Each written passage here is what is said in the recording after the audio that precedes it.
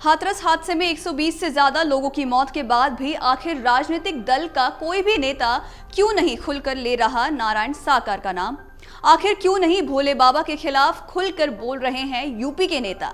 आखिर कैसे अन्य बाबाओं से अलग है नारायण साकर का नेटवर्क और रसूख? आखिर एफआईआर में क्यों नहीं है नारायण साकर उर्फ भोले बाबा का नाम? तो आइए हम आपको बताते हैं नारायण साकर के पीछे क्या है पॉलिटिक्स। इसके साथ ही अपने इस वीडियो में हम आपको बताएंगे कि आखिर क्यों नहीं कोई नेता खुलकर बाबा को निशाने पर ले रहा है, और इसके साथ ही बताएंगे कि बाबा के खिलाफ खुलकर बोलने से क्यों नेता बच रहे हैं। नारायण साकर उर्फ भोले बाबा के कार्यक्रम में मची भगदड़ से हुई 125 मौतों के बाद भी नारायण साकर का नाम कोई राजनीतिक दल खुलकर नहीं ले रहा है। मामले में जिस तरीके से एफआईआर दर्ज हुई है और धरपकड़ जारी हुई, उसमें भी नारायण साकर और भोले बाबा का कोई भी जिक्र नहीं किया गया।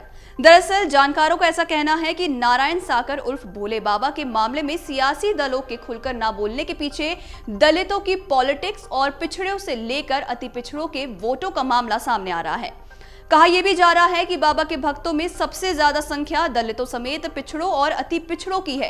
यही वजह है कि कोई भी राजनीतिक दल खुलकर बाबा को निशाने पर नहीं ले रहा है। दरअसल 2 जुलाई को हाथरस के जिस मुगलगढ़ी इलाके में भगदड़ मची और करीब 125 लोगों ने अपनी जान गंवा दी, वहां पर नारायण साकर का सत्संग चल रहा था। घटना के बाद समूचे देश में नारायण साकर उर्फ भोले बाबा के बारे में चर्चाएं शुरू हो गई। राजनीतिक जानकार बताते हैं कि बाबा का बड़ा नेटवर्क है और बहुत रसूख भी है, लेकिन बाबा का ये नेटवर्क उन अन्य बाबाओं की तरह नहीं दिखाई देता जैसे आजकल के बाबाओं का होता है। राजनीतिक जानकारों का ये भी कहना है कि पश्चिमी उत्तर प्रदेश और बुंदेलखंड के इलाकों में बाबा के भक्तों की संख्या को उनके कार्यक्रमों में देखकर अंदाजा लगाया जा सकता है कि लोग किस तरह से बाबा के लिए खड़े रहते हैं।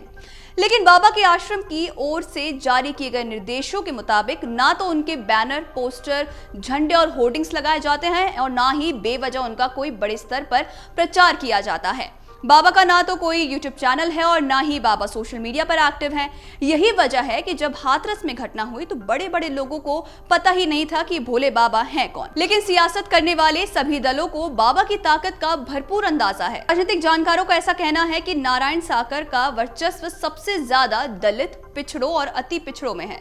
इस बात की पूरी जानकारी उत्तर प्रदेश की सभी सियासत करने वाली राजनीतिक दलों को बखूबी है। यही वजह है कि बड़े बड़े राजनेताओं से लेकर अधिकारी भी भोले बाबा के आश्रम से लेकर कार्यक्रमों में हाजिरी लगाते थे। राजनीतिक विश्लेषकों का कहना है कि सियासी जमीन पर जातिगत समीकरणों के साथ साथ बाबा का बेहद मजबूत कनेक्शन है। जिन जातिगत समीकरणों के आधार पर राजनीतिक दल अपने नफा नुकसान का गणित लगाते हैं, बाबा का सिक्का उन्हीं जातियों में मजबूती से जमा हुआ है।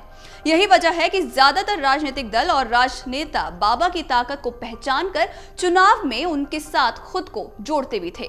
राजनीतिक जानकारों का कहना है कि बाबा का रसूख भी इतना है कि अगर बाबा अपने भक्तों से जो कह दें उससे उनके भक्त बाबा का आदेश मानकर पूरा कर ही लेते हैं। ऐसे में बाबा की अहमियत कितनी महत्वपूर्ण हो जाती है, ये बात जब एक सामान्य व्यक्ति की समझ में आ रही है तो सियासत करने वाले के लिए ये समझना बिल्कुल मुश्किल नहीं है। बाबा को लेकर जिस तरीके से अलग अलग राजनीतिक दलों के नेताओं की ओर से बयानबाजी हो रही है, वो दलित, पिछड़े और अति पिछड़े वोटों को ध्यान में रखकर ही की जा रही है। इस घटना के बाद जब हंगामा मचना शुरू हुआ तो बाबा मीडिया के साथ साथ लोगों के निशाने पर भी आ गया, लेकिन किसी भी राजनीतिक दल ने इस पूरे घटनाक्रम में बाबा को निशाने पर नहीं लिया। सियासी गलियारों में कहा जा रहा है कि बाबा को निशाने पर लेने का मतलब है कि उनके भक्तों को नाराज करना। दरअसल इस पूरे घटनाक्रम में जो पीड़ित अनुयायी भी कार्यक्रम स्थल पर पहुंचे थे, वो लोग भी इस पूरे मामले में नारायण साकर उर्फ भोले बाबा को दोषी नहीं बता रहे हैं। राजनीतिक जानकार ऐसा कहते हैं कि ऐसी दशा में एक बात तो स्पष्ट हो जाती है कि बाबा के भक्तों में बाबा को लेकर नाराजगी बिल्कुल नहीं है। ऐसे माहौल में किसी भी राजनीतिक दल की ओर से बाबा का खुलकर विरोध करना या उनकी गिरफ्तारी के लिए आंदोलन या प्रदर्शन करना एक बड़े वोट बैंक को खुद से दूर करने जैसा होगा, क्योंकि उनके भक्तों में दलित, पिछड़ों और अति पिछड़ों की संख्या सबसे ज्यादा है और यही वो लोग हैं जो सियासत की धुरी में राजनीतिक दलों की सियासी दशा और दिशाएं तय करते हैं। और यही वजह है कि इस मामले में सियासी दल सोच समझकर ही बयानबाजी कर रहे हैं। सियासी जानकारों का कहना है कि बहुजन समाज पार्टी की सरकार में बाबा को मिला प्रोटोकॉल इस बात की तस्दीक करता है कि सियासी नजरिए से वो कितना मुफीद था। वरिष्ठ राजनीतिक जानकारों का कहना है कि जाटव समुदाय से आने वाले इस बाबा का अपना एक बड़ा नेटवर्क है। बाबा को अपनी इस ताकत का अंदाजा भी है। यही वजह है कि वो सियासी दलों के साथ साथ अपना मजबूत नेटवर्क भी बनाए रखता है।